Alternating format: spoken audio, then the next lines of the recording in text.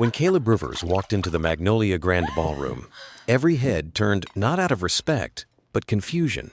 Nobody knew the quiet man in the Navy suit was about to change their world. The air smelled of polished oak and expensive perfume, and the chandeliers above shimmered like captured sunlight. Outside, the sound of horse-drawn carriages mixed with the distant hum of jazz from King Street. Inside, everything gleamed crystal glasses, white tablecloths, and conversations meant to be overheard. Caleb moved carefully, one hand in his pocket, the other brushing the edge of a silver invitation. He wasn't in a hurry. The staff had already mistaken him for one of their own when he arrived, and that was fine with him. A doorman had glanced at his modest car, raised an eyebrow, and asked, "You with catering, sir?" Caleb had only smiled, showing the black envelope embossed with the silver seal. The man's tone changed in an instant, but the feeling lingered. Caleb had seen that look too many times before the one that measured worth by fabric and shine. The night air still clung to his jacket. Inside, the warmth hit him like a wall of noise laughter, clinking glasses, the high notes of a trumpet from the jazz trio tucked near the bar. Charleston's finest had gathered, their southern charm polished like silverware. At the center of it all, banners celebrated Harlow Dynamics' newest contract, a deal whispered to be worth more than $800 million. Caleb drifted near a column, watching the guests. He wasn't hiding, just observing. His eyes, calm but sharp, swept over the room. The place was full of people who thought they ran the city, the kind who shook hands with one smile and planned betrayals with another. He could almost hear his mother's voice in the back of his mind. "Respect is silent, son. You don't have to demand it." Two women in glittering gowns passed by, their laughter as thin as the stems of their champagne glasses. One of them whispered, "That man doesn't look like he belongs here," and turned away before he could meet her eyes. Caleb didn't react. He'd spent years learning the art of stillness, a man who'd grown tired of proving anything. A waiter brushed past with a tray of wine. Caleb nodded politely, refusing the offer. He didn't drink anymore. Too many deals, too many nights like this one, where people drowned truth in Merlot and called it celebration. At the far end of the ballroom, a stage gleamed under golden light. The host tapped the microphone and announced with rehearsed cheer, "Ladies and gentlemen, welcome to the Harlow Dynamics Gala." The crowd erupted in applause, the kind that came from habit, not heart. Caleb remained still. The music faded, replaced by the sound of clapping hands and the rustle of expensive suits. He watched as Graham Harlow, the man everyone praised tonight, stepped forward. His smile was wide, his confidence rehearsed. Behind him, his wife Evelyn shimmered in a gown the color of champagne, waving like a queen greeting her court. Caleb studied them both. Graham's voice filled the room, slick and smooth. "Tonight, we celebrate a partnership that will shape the future of this city," he declared. Cameras flashed, catching every angle of power and pride. Evelyn's gaze swept the audience, and for a brief second, her eyes landed on Caleb. Her expression flickered with something sharp, something that looked a lot like disdain. Caleb turned away, adjusting his cufflink, though his mind replayed that look. He had known her type since long before wealth became part of his life. The ones who saw difference and called it threat. The ones who laughed soft, but cut deep. The jazz band started again, a slow swing echoing through the golden hall. Caleb took a quiet breath, scanning the room one more time. He saw waiters moving carefully through the crowd, their hands trembling slightly under the weight of silver trays. He noticed a small girl couldn't have been older than 8, balancing glasses too large for her tiny hands. Her brown hair was tied back with a fraying ribbon, her shoes scuffed but polished as best she could. She reminded him of something, though he couldn't place what yet. As she passed by, one of the glasses tilted dangerously. Caleb reached out, steadying the tray before it fell. The girl froze, eyes wide, then whispered, "Thank you, sir." He smiled softly. "You're doing great. Just take it slow." She nodded and hurried off, the ribbon bouncing behind her. Caleb watched her disappear between tables crowded with laughter and pride. Something in his chest, something quiet, stirred. Maybe it was the memory of a younger self helping his mother clean tables at the old diner by the river. Maybe it was the way the girl had looked at him with trust, not judgment. He looked down at his hand, the one that had stopped the glass from falling. The skin bore the faint mark of old work scars from years before suits and contracts. He flexed his fingers and whispered to himself, "Still, steady." The evening continued, but Caleb felt the distance between himself and everyone else grow wider. The chandeliers gleamed, the band played. The laughter rose, and yet it all sounded far away. He checked his watch, mostly to avoid the empty chatter nearby. From the corner of the room, he caught sight of a mirror and saw his reflection framed by the gold light. For a moment, he almost didn't recognize himself. The man staring back wasn't the boy from the diner, nor the ambitious dreamer who had built his fortune brick by brick. He was something quieter, someone learning that power meant nothing without purpose. Somewhere behind him, a server dropped a plate. The sound shattered the air, and laughter followed from one of the tables, careless, cruel. Caleb turned just in time to see the little girl again. Her face flushed, trying not to cry. He stepped forward instinctively, but the crowd moved between them like a wall of silk and arrogance. She picked up the pieces herself, shoulders trembling, while a guest waved dismissively for someone to clean that up. Caleb's jaw tightened. The sound of broken porcelain lingered like an echo in his mind. He looked toward the stage again, where the host now invited everyone to raise a toast.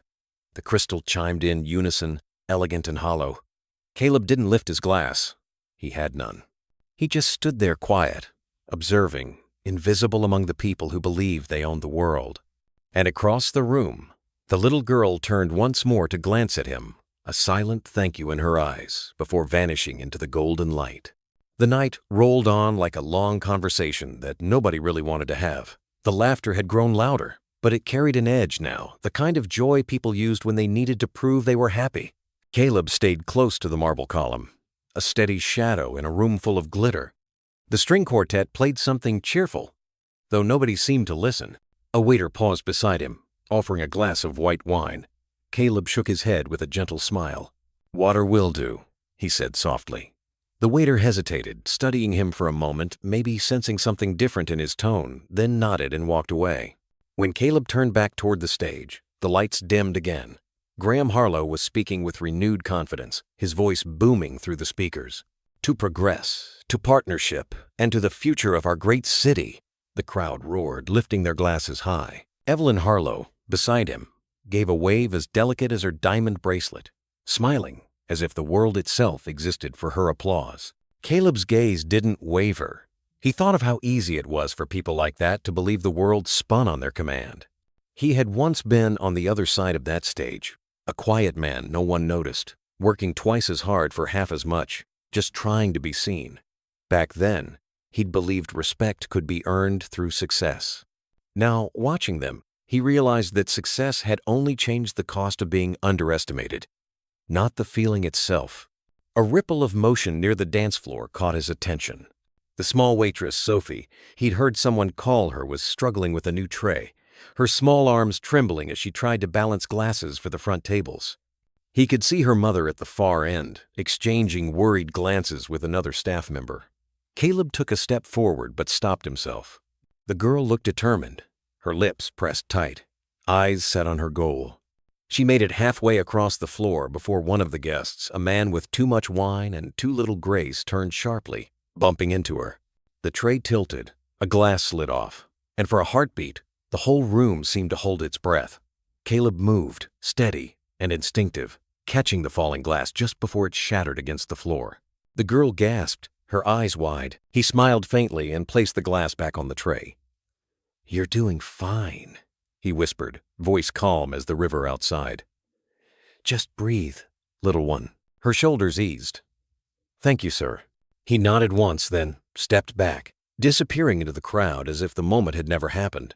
But she didn't forget. She turned to look for him again, only to find an empty space by the column. Caleb stopped near one of the tall windows that overlooked the city. Beyond the glass, the streets of Charleston glowed beneath a quilt of amber light. Somewhere out there, real people were finishing late shifts, rocking babies to sleep, locking up diners for the night. The quiet rhythm of honest life. That world felt more like home than this ballroom of pretended grace. He touched the window frame lightly, feeling the chill of the night outside. For a moment, he imagined his mother standing beside him, her voice soft and certain as always. "Don't let bitterness own you, Caleb. Justice has a way of finding its road." He closed his eyes and breathed in. The sound of the quartet faded, replaced by the murmurs of the crowd and the faint hum of the chandeliers. When he opened them again, Evelyn Harlow was staring right at him from across the room. Her smile didn't reach her eyes. It was the kind of smile people used when they weren't sure whether to greet or to guard. Caleb straightened his jacket, calm as ever. He wasn't here to be seen. Not yet. He was here to observe, to remember what arrogance looked like before it learned its lesson. A bell rang gently as the servers began to circulate again, refilling glasses, clearing plates, bringing in desserts dusted with sugar like snow. Somewhere behind him, the little girl laughed, the sound faint but clear, a sound of real joy, untouched by pretense. It cut through the noise like sunlight through a storm. Caleb's lips curved slightly. He didn't know why, but it eased something in him. He turned toward the bar, planning to leave soon. The evening had given him all the reminders he needed. He passed a mirror once more, catching his reflection in the soft light. The man looking back wasn't angry, just tired of proving, of explaining, of being polite in the face of ignorance. But beneath that fatigue there was still calm strength, the kind that didn't need to announce itself. Someone behind him whispered, "Who's that guy? Never seen him before." Another voice answered, "Probably some vendor. They always sneak in." Caleb smiled faintly. He didn't correct them. He never did.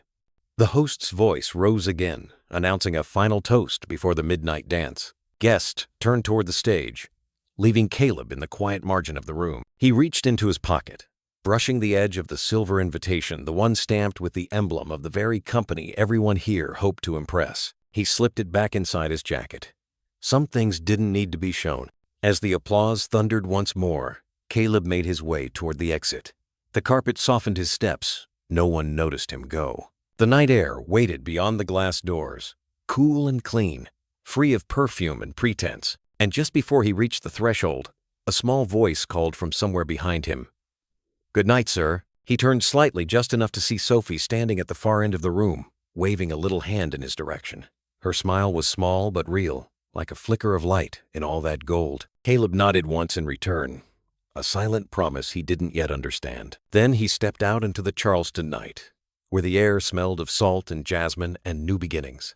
Across the ballroom, laughter swelled again, and the chandeliers gleamed brighter than ever. But somewhere inside that perfect glow, a crack had already begun to form, invisible to everyone but the man who had just walked away. Broken glass had been swept away, but Caleb's eyes stayed on the little waitress who had dropped it. The sound still echoed in his mind, sharp and out of place among the laughter and polished charm of the gala. Around him, the ballroom sparkled again, chandeliers glowing, silverware clinking, and people laughing just a little too loudly, as if to erase what had happened.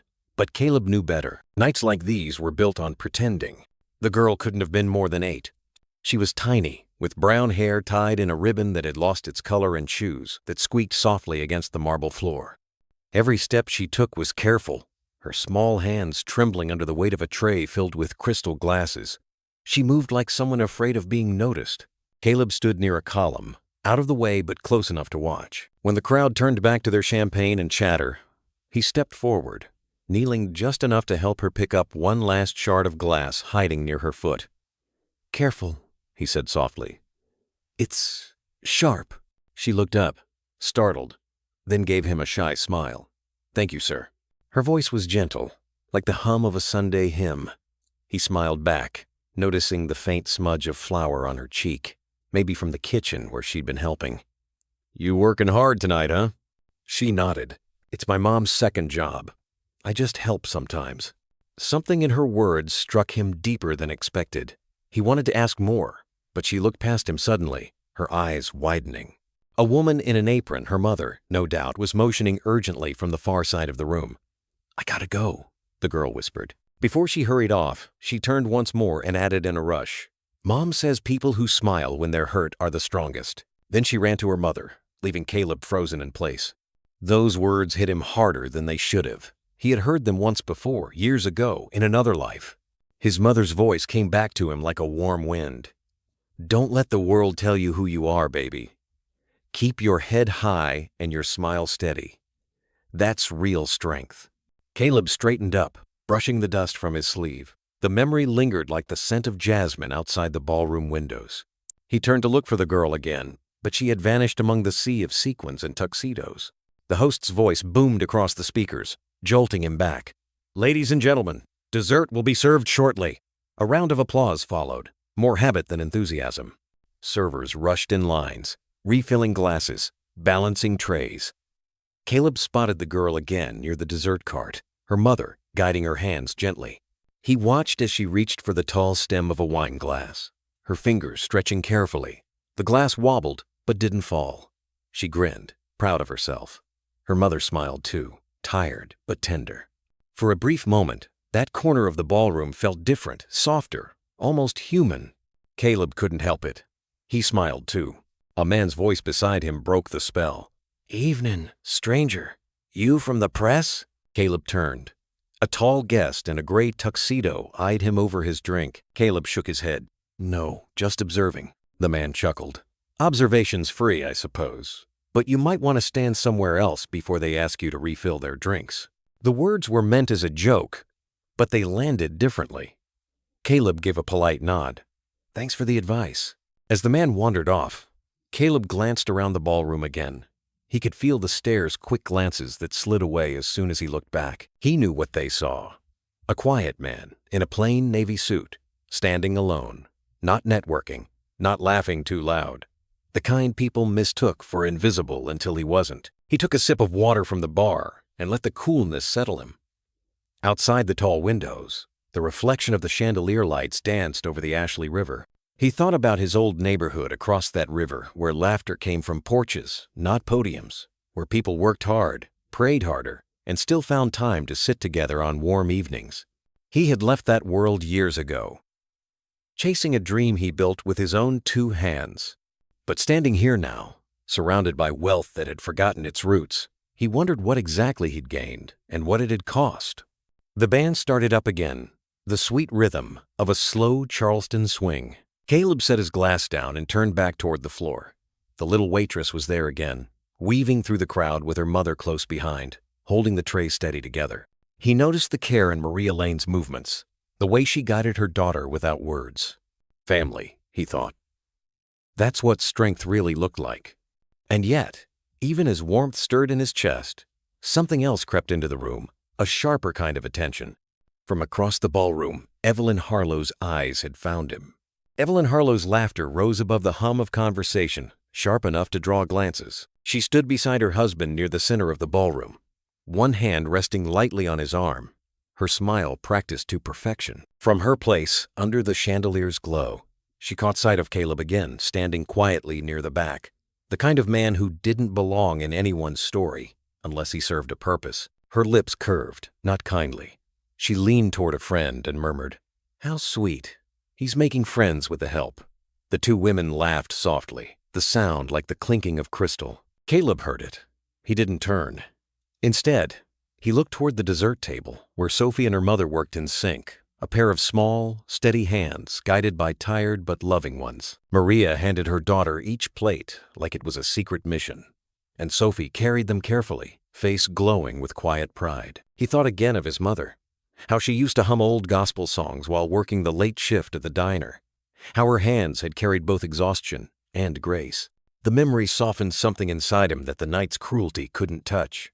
A waiter passed by, offering another glass of wine. Caleb declined with a quiet, "Just water, thank you." The young waiter nodded and whispered, "Yes, sir," in a tone that carried real respect, the kind that didn't care about suits or titles. At the far end of the hall, Sophie stumbled again, almost spilling a tray of sparkling cider. Caleb started forward, but Maria caught the tray first, her quick reflexes saving it from tipping. She knelt to whisper something to her daughter, brushing a stray curl from her cheek. Sophie nodded, her little shoulders squaring up with determination. Caleb watched the scene like a memory unfolding, one he hadn't realized he missed. For all the gold and glitter in the room, that small exchange between mother and child was the only honest thing he'd seen all evening. Then Evelyn's voice drifted again. "Look at him," she told her husband. "He's staring at the staff like he's found long-lost relatives." Graham chuckled without even glancing up. "Probably just bored. Happens when you don't know how to mingle." Caleb took a slow breath. He'd promised himself he wouldn't let anger speak first. He had learned that silence, when chosen, could carry more weight than shouting ever could. He turned toward the window again, the glass reflecting a shimmer of lights behind him. The reflection showed Evelyn still watching him, her smirk unshaken. He met her gaze not with challenge, but with calm. That quiet look unsettled her more than any retort could. She turned away first. The music shifted again, softer now, and the crowd began to move toward the dance floor. Caleb stayed where he was, his thoughts caught somewhere between past and present. The city lights outside blinked like 1,000 tiny lighthouses, steady and forgiving. A light tap on his sleeve pulled him back. Sophie stood there, clutching a small napkin folded into a triangle. "Mama said I should give you this," she said, holding it out with both hands. "To say thank you for helping me before. Am staying." Caleb crouched down to her level, his heart tightening at her simple sincerity. "That's very kind of you," he said. "But you don't have to." She shook her head, her hair ribbon slipping slightly. "Mama says we always thank the people who make us feel safe." He accepted the napkin gently, as if it were made of glass. "Then tell your mama she raised a good kid." Sophie beamed and ran back toward her mother. Caleb watched her go, the napkin still warm in his hand. He unfolded it and saw a tiny heart drawn in pencil, crooked and uneven, but full of care. He smiled, a real one this time. It felt like something he hadn't done in years. Behind him, Evelyn was still talking, her laughter sharper now, but her words no longer reached him. He slipped the napkin into his jacket pocket, the fabric soft against the faint wine scent lingering in the air. For the first time that evening, the noise of the gala faded. He heard instead the sound of the river outside, the faint ringing of church bells somewhere across the city, and the steady beat of jazz filling the silence like a memory you didn't know you missed. He stood for a while longer, letting the rhythm settle around him. The night no longer felt cold. Across the room, Maria caught his eye and gave a small nod, the quiet acknowledgement of two people who understood hard work and quiet dignity. He nodded back, and as the crowd prepared for another toast, Caleb felt the weight of the folded napkin against his heart. It was small, almost nothing, but it reminded him that sometimes grace came from the humblest hands. The ballroom of the Magnolia Grand shimmered with a kind of light that made everyone believe they mattered. Crystal chandeliers spilled gold across marble floors, and laughter swirled with the hum of a string quartet that few bothered to hear. It was a night to be seen, especially for those desperate not to be forgotten. Caleb Rivers stood near the back, blending into the reflection of 1,000 champagne bubbles.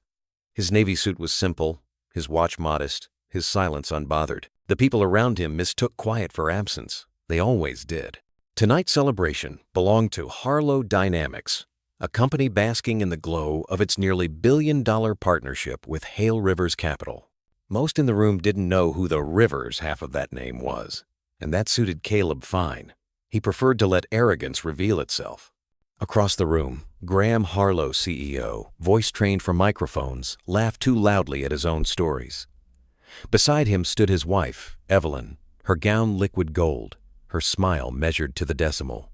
When her eyes swept the crowd and caught Caleb, the smile twitched.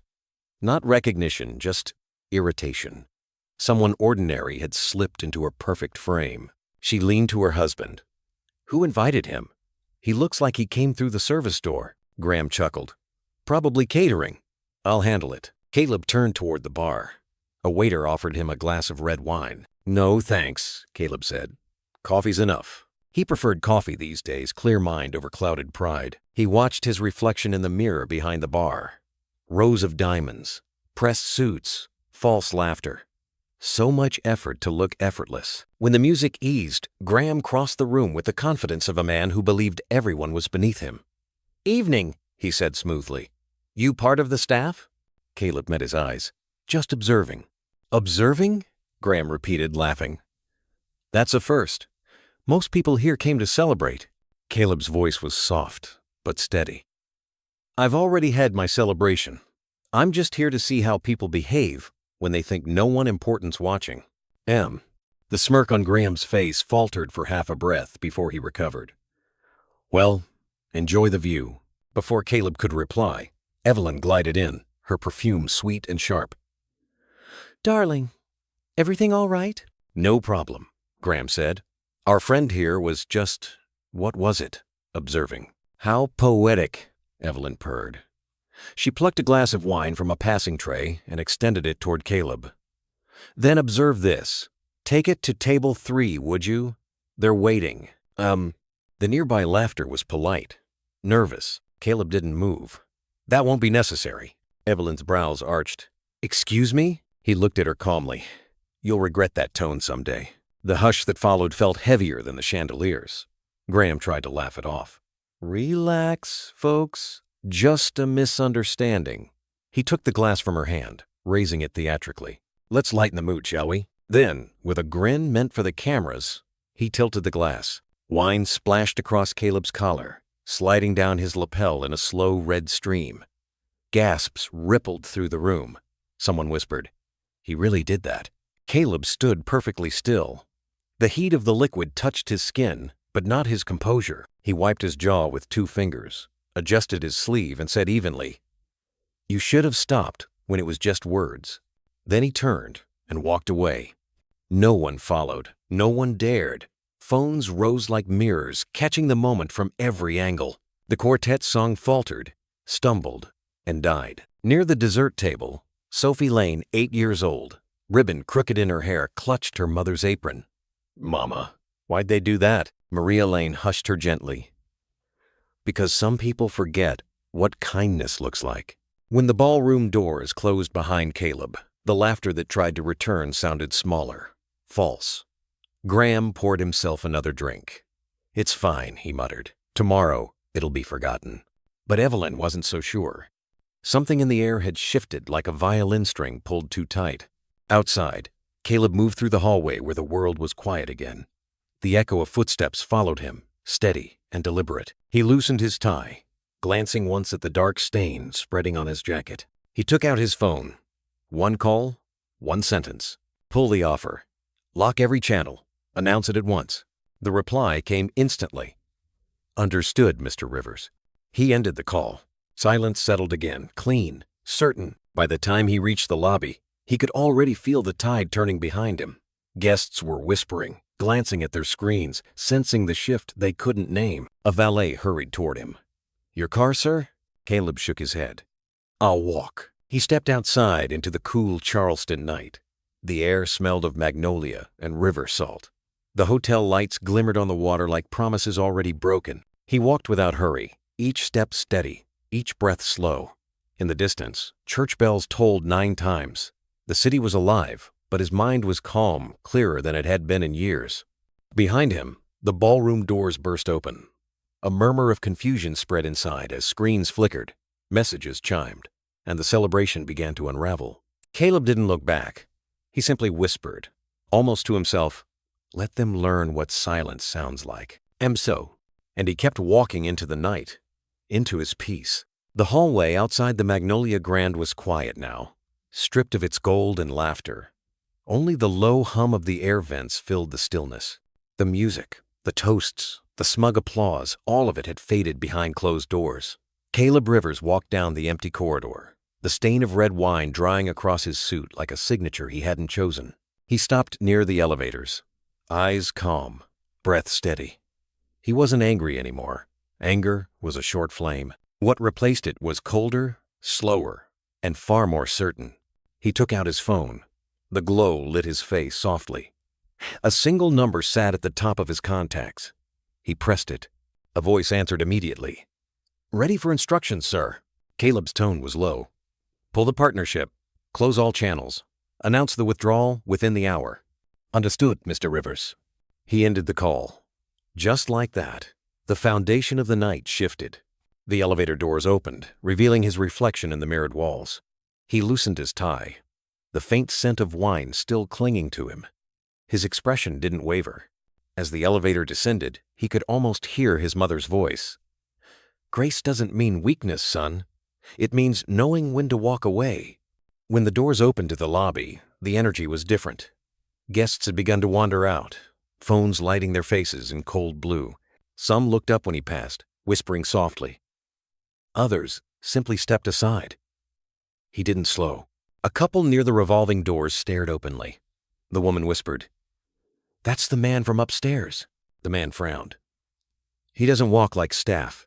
Caleb nodded politely as he passed. Outside, Charleston's air was cool, carrying a hint of river mist. The hotel's facade glowed behind him, tall, bright, and hollow. A valet jogged forward. "Sir, your car?" Caleb shook his head. "Not tonight. I'll walk." He crossed the driveway at an easy pace. The night wrapped around him like a quiet ally. Somewhere beyond the street, he could hear the faint cry of gulls over the harbor and the muted hum of tires on cobblestone. Halfway down the block, his phone vibrated again. A text appeared. "Confirmation. Partnership terminated. Public release in progress." Caleb slipped the phone back into his pocket. The work was done. He paused under a street lamp, looking back at the hotel for the first time. Behind the glass, the ballroom's lights flickered strangely, a sign of confusion beginning to bloom. He didn't smile, but there was a peace in his eyes that no amount of wealth could counterfeit. He turned toward the riverfront and kept walking. The smell of magnolia and salt water grew stronger. The cool wind brushed against his collar, carrying the faint chime of church bells from across the city.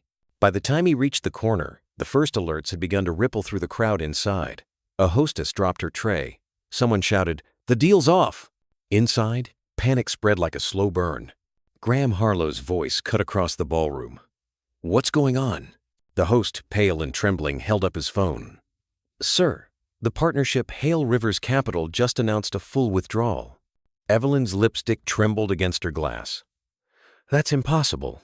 And Sri, the board members checked their devices. Screens flashed red. A man shouted, "Our investors are freezing funds." Within minutes, the celebration had turned into chaos. Waiters stopped moving. Cameras rolled. The same guests who'd laughed at Caleb now filmed Graham's face. Someone near the doors spoke softly, but the words carried through the room. He walked out like he owned the place. Evelyn turned sharply. "Who did?" "The man you poured wine on," another voice said. "The investor, M." Her blood ran cold. "What are you talking about?" A board member stepped forward, his tone tight with dread. "Ma'am, he's Caleb Rivers, founder of Hale Rivers Capital. The entire deal depended on him." The weight of it hit like thunder. Graham's grip tightened around his glass until it cracked. Evelyn's voice came out as a whisper. We humiliated him." The host looked down, murmuring, "You didn't just humiliate him, you did it on camera." Phones buzzed everywhere. Notifications, messages, breaking news banners, viral. CEO humiliates investor at gala. $900 million deal terminated overnight. By the next morning, the video had exploded across every screen in the country. Evelyn sank into a chair, her golden dress pooling around her like a fallen crown. "He destroyed us." Graham stared blankly ahead. "No," he said hoarsely. "We destroyed ourselves." Back on the street, Caleb reached the edge of the Charleston Riverwalk. The water shimmered under moonlight, restless but serene. He stopped and looked out over it, the wind tugging gently at his sleeves. His phone buzzed again, another message, this one from his assistant. "All contracts closed. Press requests incoming. Shall I respond?" Caleb typed one line and sent it back. "No comment. Let the silence speak." He slipped the phone away, taking one last look at the water before turning toward home. Behind him, chaos continued to unfold, but the night no longer belonged to them. It belonged to him and to the quiet justice that didn't need to raise its voice. Morning broke over Charleston with a slow, silver light. The air outside the Magnolia Grand Hotel carried the faint smell of rain, though the forecast promised none. Inside the Harlow penthouse suite, the storm had already arrived. Evelyn Harlow sat at the edge of the bed, her gold dress from the night before crumpled at her feet. The television across the room played the same footage again and again, Graham pouring wine over Caleb Rivers, her laughter following half a second too late. The clip had gone viral overnight, looping endlessly on every news channel, every phone screen. Graham stood near the window, his back to her, his reflection pale in the glass. "It's being blown out of proportion," he muttered. "We'll issue a statement. Say it was a misunderstanding." Evelyn didn't answer.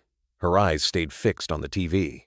A misunderstanding, she thought bitterly, watching her own smirk repeat in silence. No, it was arrogance, pure, practiced, and caught in 4 kelvins. The phone on the nightstand vibrated again. She glanced at the screen. 5 missed calls from the board, 7 from investors, each one another fracture in the empire they had built on pride. Graham turned from the window. "We'll fix it." "How?" she said quietly. "By doing what we always do." Evelyn laughed, but it came out hollow. "Charm our way out of it? The internet doesn't forget, Graham." He opened his mouth, but the phone buzzed again. "This time," he answered. "Yes? Wait. Slow down. What do you mean they're pulling out?" No, that's temporary. His voice cracked, anger bleeding into panic. "You can't just... Hello?" The line went dead. Graham dropped the phone on the table, the sound sharp in the still room. "That was them?" Evelyn asked. He nodded slowly. "The investors. They've suspended all contracts. Every single one." Her throat tightened. "Then it's over." He didn't answer. A knock sounded at the door. Evelyn opened it to find a hotel clerk holding a sealed envelope. "From the board of Harlow Dynamics," the clerk said softly before walking away. Inside the envelope was a single page. Graham read it once, then again, the color draining from his face. "Effective immediately. You're removed as CEO." Evelyn's knees gave out, and she sat hard on the edge of the bed. They can't do that. They just did. The city outside was waking up, oblivious to their unraveling. Church bells rang somewhere across the river. Gentle and steady, a cruel contrast to the chaos in their suite. Evelyn looked up at him. "We have to talk to him." "Who?" "Rivers," she said. "If there's even a chance to save anything, we have to face him." Graham hesitated, pride warring with desperation. Then he nodded. "Find his address." By noon, they were on the road. No driver, no press team, just the two of them in a black sedan that smelled faintly of panic and old cologne. Evelyn scrolled through her phone until she found it. A small house on the east side, near the river, no gate, no guards. When they arrived, the street was quiet, lined with magnolia trees shedding soft white petals onto the pavement. The air was warm, but their nerves made it feel cold. Caleb opened the door before they could knock twice. He wasn't dressed for confrontation, just a white shirt, sleeves rolled up, calm as the morning itself. "Mr. Rivers," Graham began, his voice stiff. "We came to..." Caleb stopped him with a small gesture. "I know why you're here." Evelyn stepped forward, her voice breaking. "Please, we were wrong. We treated you like nothing, and now everything's gone. We just want a chance to apologize." Caleb studied them both. His eyes weren't angry. They were steady, measured, almost sad. "You didn't lose everything today," he said quietly. "You lost it the moment you decided respect was optional." They stood speechless on his porch. He continued. "You built your success on how others looked at you. But the world doesn't owe you its reflection." Evelyn's eyes filled. "We didn't know who you were." Caleb's tone stayed calm. "That's the problem. You never cared to know." Graham swallowed hard. "Is there anything we can do?" "The deal's gone," Caleb said softly. "So is the trust. Walk carefully, the world's smaller than you think." Then he stepped back and closed the door, not with anger, but with finality. The sound of the latch echoed like a verdict. Outside, the afternoon sun glared off the car windshield. Evelyn stood still, staring at the closed door. "He's right," she whispered. Graham didn't respond. He just stared at his reflection in the glass, a man who had once owned the room and now couldn't even face himself. They got back into the car, driving away in silence. Behind them, the river glimmered through the trees, calm and indifferent. And somewhere inside that quiet house, Caleb poured himself a cup of coffee and sat by the window, the faint hum of jazz playing from an old radio. He didn't smile, but there was peace in his stillness, the kind that comes when the world finally learns the cost of its cruelty. The sun dipped behind the rooftops of Charleston, painting the river in streaks of copper and rose. Caleb Rivers sat on the porch of his small home, a mug of black coffee warming his hands. The quiet hum of evening filled the air, cicadas, distant laughter from a nearby cafe, the clink of wind chimes that had belonged to his mother. It had been years since he'd allowed himself to sit still. In the days following the gala, the world spun loudly around him. Headlines, interviews, apologies. He answered none of them. The silence was enough. He had made his point. Harlow Dynamics had crumbled, not because of one man's revenge, but because of the truth their pride had tried to bury. Still, As the city began to move on, Caleb felt a weight he hadn't expected.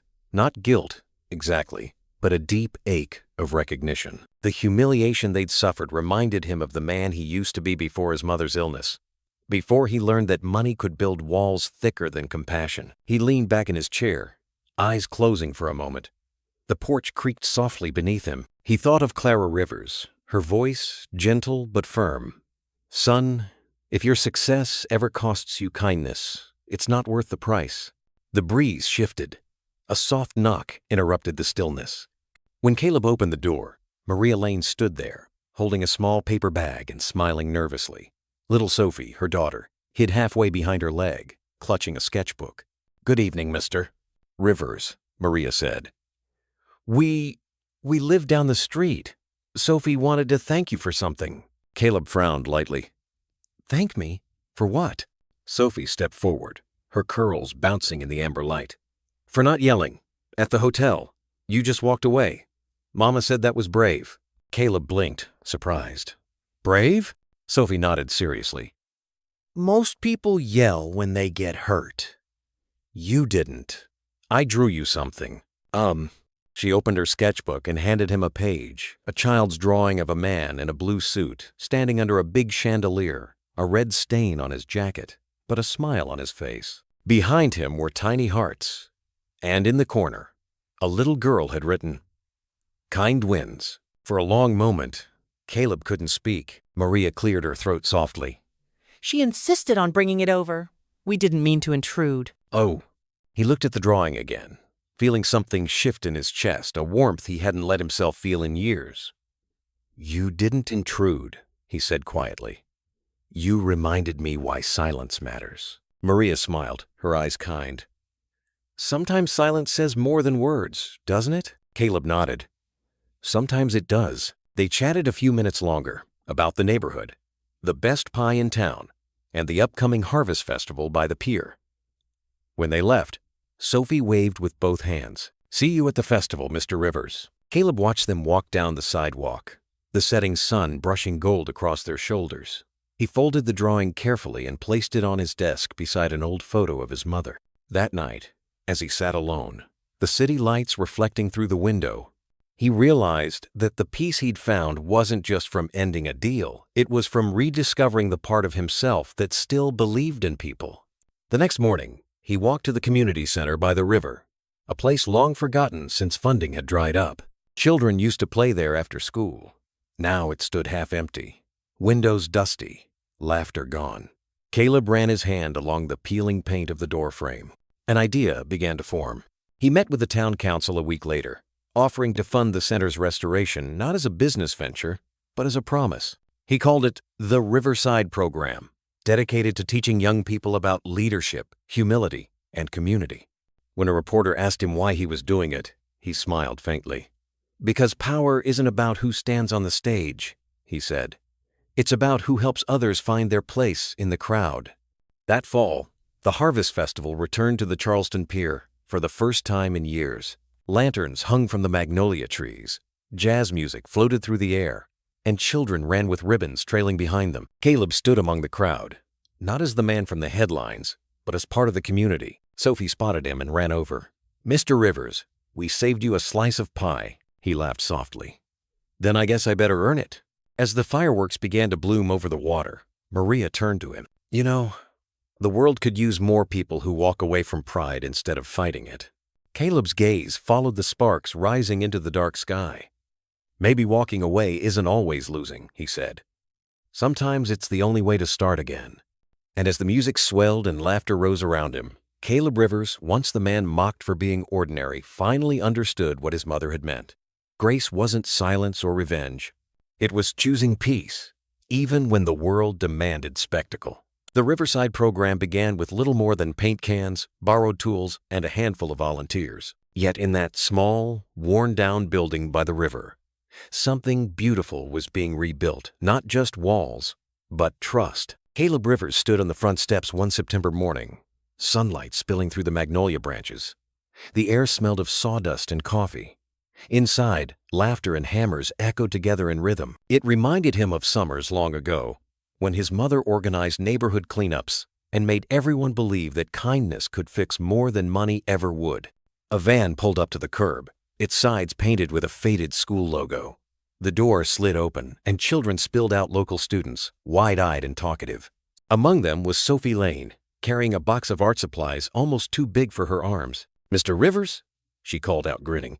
"We brought brushes, and my mom made muffins." "Oh," Caleb smiled, taking the box from her. "Then I guess we've got everything we need to build an empire." Behind her, Maria Lane stepped out, balancing a tray of muffins wrapped in a blue checkered cloth. "Don't let her fool you. I made the muffins. She just tasted the dough," Maria teased. "Quality control," Sophie said proudly, dusting her hands. Caleb chuckled. "That's the most important job here." As the morning unfolded, the volunteers worked with quiet joy.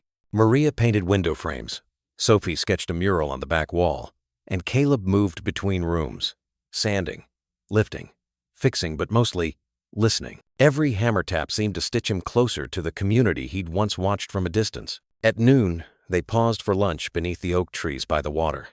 Maria poured lemonade into paper cups while the children chased each other through the grass. Caleb sat on the steps, gazing at the half-finished building.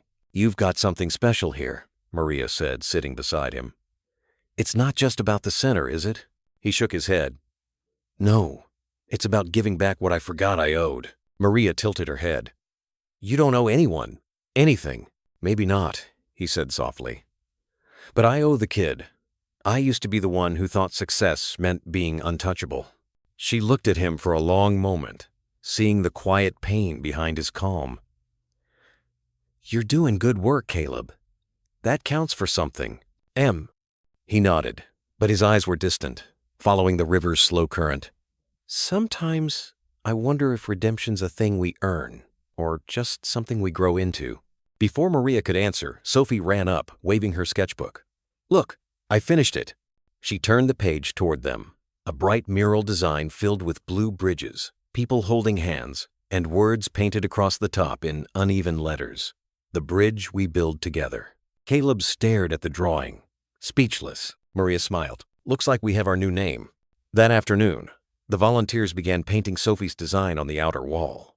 The sound of laughter and music mixed with the buzz of community, a soft, living heartbeat that filled the riverside air. When the last brushstroke dried, Caleb stood back, wiping his hands. The mural glowed under the late light, imperfect but honest, just like the people who made it. For the first time in years, he didn't feel like an outsider looking in. He was home, in the simplest sense of the word. Yet as the sun slipped lower, a shadow of unease crossed his mind. The success of the project was drawing attention: journalists, investors, even former partners, curious about his transformation. And among the names that reached out that week, one stood out on his phone screen: Evelyn Harlow. It was late evening when Caleb's phone buzzed again. The volunteers had gone home, and only the glow of the mural reflected against the river's slow current. He'd just locked up when the screen lit with a name he hadn't seen in weeks: Evelyn Harlow. For a long moment, he let it ring. The crickets outside filled the silence.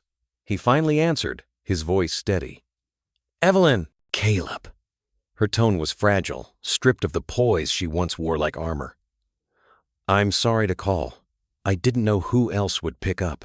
I didn't expect you to call," he said quietly. "I know, but I need to see you. Please, just for a few minutes." He hesitated. Part of him wanted to refuse. Another part, the one his mother had shaped, wouldn't let him hang up. "Tomorrow," he said finally. "At the center. Noon." The next day, Charleston woke to a calm autumn breeze. The river shimmered silver under the sun, and the smell of fresh paint still lingered in the air. Caleb was tightening a loose hinge on the center's door when a black car pulled up. Evelyn stepped out slowly, dressed simply, this time no gold, no cameras. Her face looked older, not from age, but from consequence. She held a folder against her chest like a shield. "Thank you for seeing me," she said. He nodded but didn't offer a handshake. "You came a long way." "I had to," she said softly. "Graham left Charleston. We lost everything. The board took the house, the cars, the firm, all of it. I'm working part-time at a community paper now." She gave a faint smile that didn't reach her eyes. "Poetic, isn't it?" Caleb studied her for a moment. "Maybe it's balance. Evelyn lowered her gaze. I wanted to tell you I understand now, about what it feels like to stand in a room full of people who think they're better than you. The honesty in her voice caught him off guard. For the first time, she didn't sound rehearsed. I came to apologize, she continued, not to fix what's broken. I know that can't be done, but to say that I was wrong. All of it. The arrogance. The way I laughed. I think I laughed because I didn't want to face who I'd become. Caleb leaned against the doorframe, silent. The river breeze lifted the corner of the mural behind them, and for a moment, her reflection appeared beside his, in the glass. You think forgiveness changes anything? He asked finally. No, she whispered, but maybe it helps us stop hating ourselves long enough to try again. They stood quietly, the only sound, the soft splash of water against the dock. Then Sophie's laughter carried from down the path. She and Maria were walking toward them with a basket of lunch. Evelyn turned, smiling faintly at the sight. That little girl. She was there that night, wasn't she? She was, Caleb said. And she's the reason this place exists. Maria waved as they approached. Mr. Rivers, we brought extra sandwiches. Oh. She slowed when she saw Evelyn. It's all right, Caleb said gently. Evelyn was just leaving, but Evelyn shook her head. Actually, I'd like to help, if you'll let me. Maria hesitated, glancing at Caleb. Evelyn's voice was soft but steady. I used to run events, charity galas. I know what those things look like from the outside. Maybe I can finally learn what they should look like on the inside. Caleb didn't answer immediately. Then he said, if you want to help, grab a brush. Evelyn blinked. A brush? He nodded toward the fence behind the building. It needs painting. No speeches, no cameras, just work.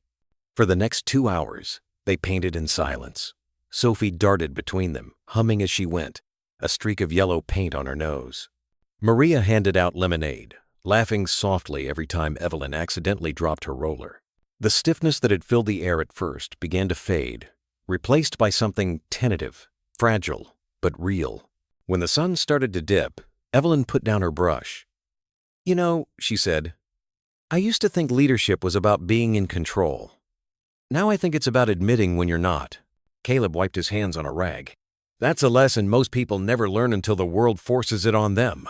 She smiled faintly. I guess we both got forced. He gave a small nod. Maybe, but you're still here. That's what matters.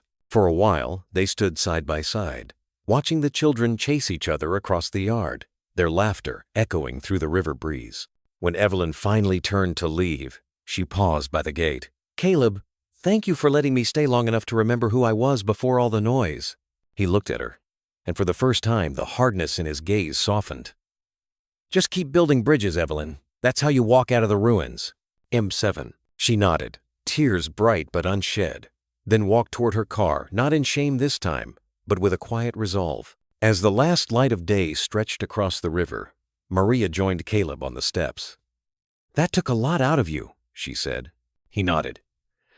Forgiveness always does, but it also gives back, doesn't it? He smiled. Yeah, it always does. M. In the distance, Sophie's mural gleamed gold under the sunset, the bridge we build together, shining against the evening sky, as if the words themselves were a promise the river would carry forward. Autumn returned to Charleston, with a gentler wind that carried the scent of salt, magnolia, and fresh beginnings.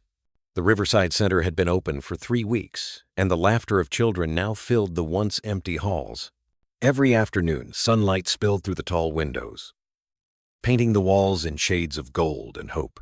Caleb arrived early, as he always did, coffee in hand and a soft smile that hadn't left him since the grand reopening. He walked through the yard where new swings creaked, where Sophie and her friends played tag under the oaks, and where Maria organized supplies with her quiet, steady grace. Morning, Mr. Rivers, the children called out, though he'd told them 100 times to just say Caleb.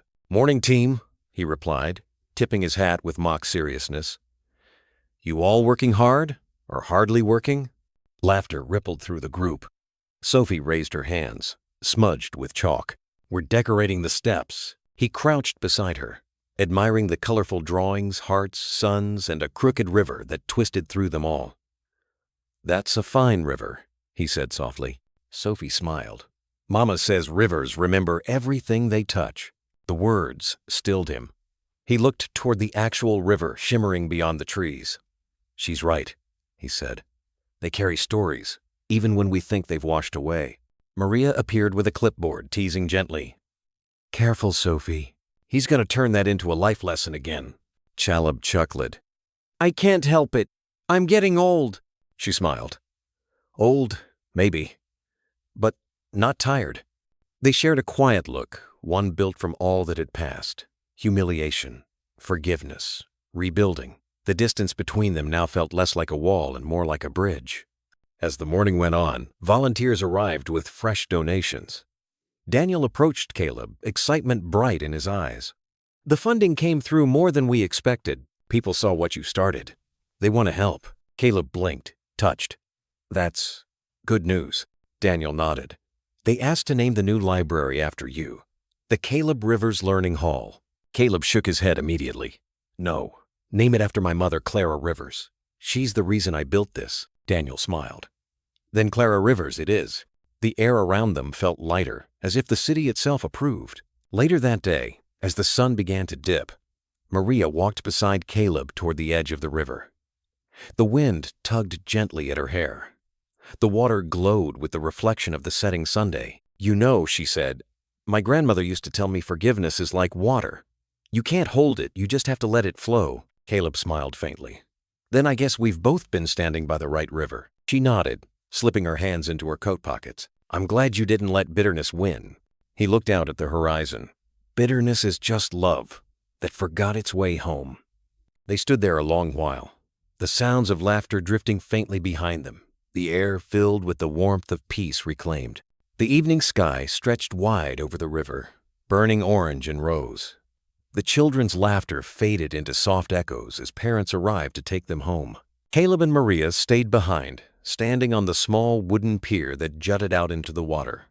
The boards creaked under their feet, familiar and comforting. Maria watched the ripples catch the light. You ever think about that night at the ballroom? She asked quietly. Caleb's eyes softened. Sometimes. Not out of anger, though. Just as a reminder of how far I fell and how far I've come. She smiled faintly. You didn't fall. You walked out with grace. He chuckled. Maybe. But grace doesn't come easy. It's a choice you have to make every day. For a moment, neither spoke. The air smelled of wet earth and pine.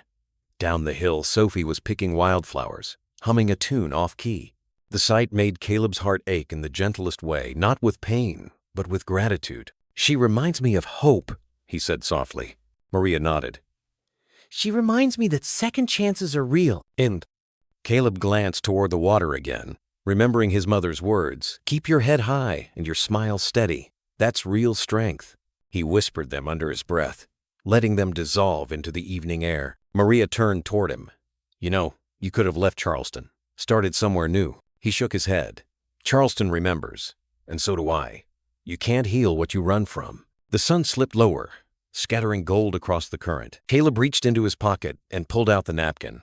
Sophie had given him weeks ago, the one with the crooked heart. He unfolded it carefully, then held it over the water. What are you doing? Maria asked. He smiled. Returning what was never mine to keep. The napkin fluttered from his fingers, landing gently on the river's surface. It floated for a while, before the current took it, carrying it away, carrying it forward. Maria watched silently, her eyes glistening. You think the river will remember that too? Caleb's voice was calm, sure. It remembers everything that matters. They stood there until the last light disappeared, the city behind them glowing softly like memory itself. As they turned back toward the riverside center, Caleb glanced one more time at the darkening water and whispered, Thank you, Mom. The wind carried the words away, not lost, but kept, like everything the river chose to hold. And somewhere in the distance, a church bell rang, slow and steady, marking the end of a story that had finally found peace. The night had long quieted over Charleston, leaving only the gentle hum of the river and the distant echo of laughter from the community center. The mural still glowed faintly under the streetlight, the bridge we build together. It wasn't just paint anymore. It was a memory of how broken people found peace in rebuilding, one act of kindness at a time. Caleb Rivers had walked through pride, loss, and forgiveness, and somehow came out softer proof that redemption doesn't roar, it whispers. As the seasons turned, the Riverside Center became more than a building. It became a family for those who had none, for the girl with paint on her nose, the mother with quiet strength, even for the woman who once poured wine out of cruelty but later offered compassion with trembling hands. Their stories intertwined like threads in an old American quilt, each patch stitched with second chances. And maybe that's what life really asks of us. Not perfection, not power, but the courage to start over. Because love, forgiveness, and grace have a way of finding us, even when we no longer believe we deserve them. Like the soft glow of a porch light on a cool southern evening, a simple act of goodness can still guide us home. So tonight, wherever you are, maybe sipping coffee at your kitchen table, or sitting on your porch watching the sky fade, take a moment to remember, happiness isn't built by wealth or pride, but by the bridges we build toward one another. If this story touched your heart, leave a 1-inch the comments to let me know it reached you. And if you think we can make it better, tap 0, because every story, like every person, deserves a chance to grow a little kinder.